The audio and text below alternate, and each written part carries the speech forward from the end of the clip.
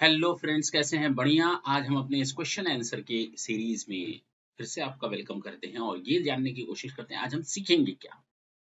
जैसा कि आपको अच्छी तरह मालूम है कि इसको सेशंस को और इंटरेक्टिव बनाने के लिए हम लोगों ने इसको क्वेश्चन आंसर सीरीज रखा है, ताकि आपको प्रैक्टिकल ज्यादा से ज्यादा अच्छी तरह से आप उसको अपने से कनेक्ट कर पाएं।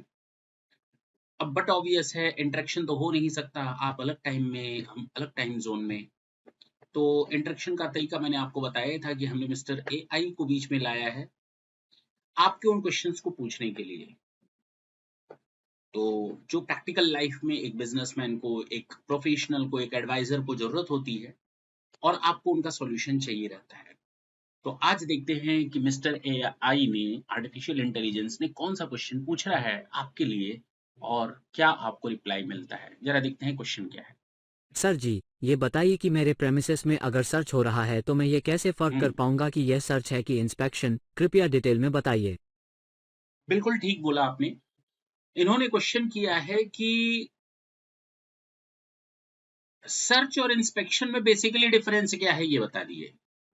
अगर कोई ऑफिसर मेरी प्रीमाइसेस में एंटर करता है तो हम ये कैसे पता करेंगे कि ये इंस्पेक्शन है या सर्च।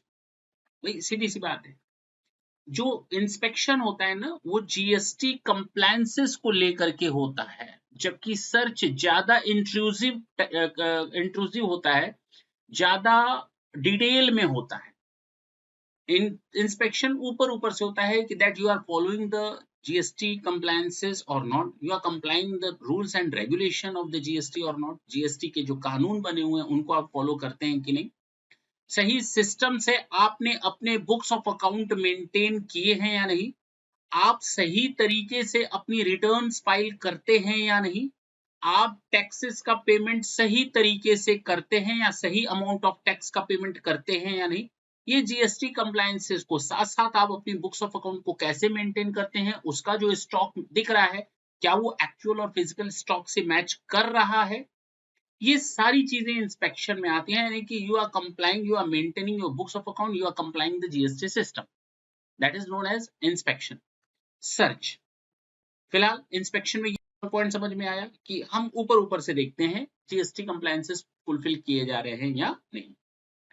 अच्छा, अगर हम सर्च की बात करें तो ज्यादा इंट्रूसिव होता है, यानी ज्यादा डिटेल में, ज्यादा अंदर तक जाने की बात करता है, तह तक पहुंचने की बात करता है और ये कोशिश करता है कि आपने कोई क्राइम तो नहीं किया, आपने कोई ऑफेंस तो नहीं किया। क्राइम इन द सेंस, अब आप सीआरपीसी में बार बार बोलता हूं, वहां जाने की जरूरत नहीं है।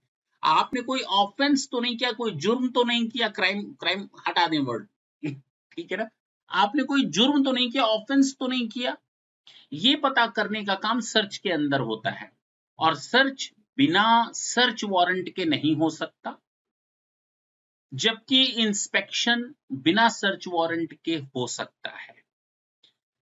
अगर सर्च की बात करें तो सर्च के लिए जीएसटी ऑफिसर आपके पास जब आएंगे तो उनके पास एक सर्च वारंट होगा, आप वो चेक करेंगे कि ये प्रॉपर ऑफिसर है या नहीं।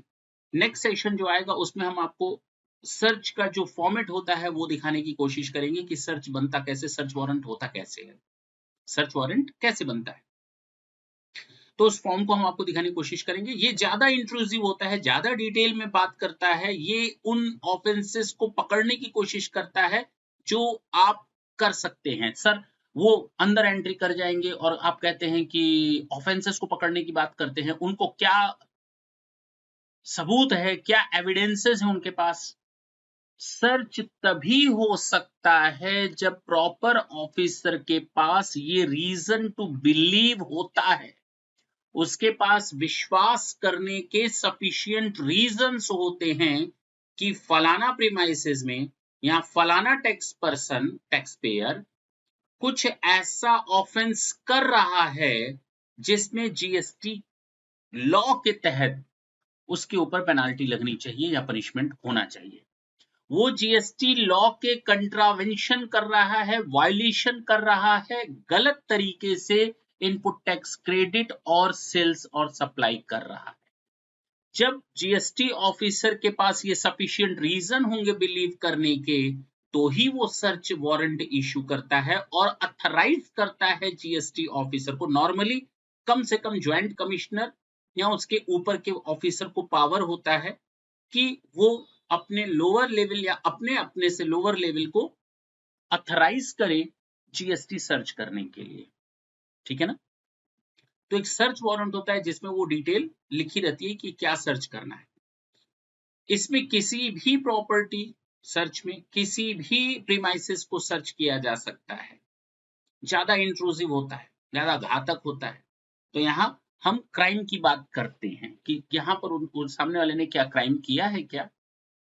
तो सर्च के अंदर एक और चीज होती है, वो ये चीज होती है कि सर्च के दौरान जीएसटी ऑफिसर आपके डॉक्यूमेंट्स, आपके गुड्स और आपके थिंग्स यानी चीजों को, प्रॉपर्टीज वगैरह, property in the sense equipments वगैरह सीज कर सकते हैं। क्या कर सकते हैं? सीज कर सकते हैं। उनके पास ये पावर है कि सर्च करें, अगर जरूरत पड़ी तो पर्टिकुलर कोई गुड्स, डॉक्यूमेंट या कोई आइटम को वो सीज कर सकते हैं। मेरी बात समझ में आई? तो देख रहे हैं कि कुछ ज्यादा ही अंदर तक डिटेल में जाते हैं कि आपने लॉ को कंप्लायंस किया है, कहीं ऐसा तो नहीं वो ऑफेंस की कैटेगरी में आता है, ठीक है ना। तो ये है आपका सर्च एंड सीजर का सर्च का तो ये है आपका सर्च और इंस्पेक्शन में डिफरेंस। नेक्स्ट सेशन में हम आपके सामने फिर आएंगे और मैंने जैसा कि आपसे कमेंट किया है कि नेक्स्ट सेशन में हम आपके सामने एक इंस्पेक्शन का या सर्च का एक सर्च वारंट कैसे होता है वो आपके सामने दिखाने की कोशिश करेंगे। अथराइजेशन कैसे दिया जाता है जीएसटी ऑफिसर को, विटनेस क्या होते हैं, ये सारी डिटेल आपके साथ डिस्कस करेंगे। नेक्स्ट सेशन तक के लिए tata and bye bye. Thank you. Thanks a lot.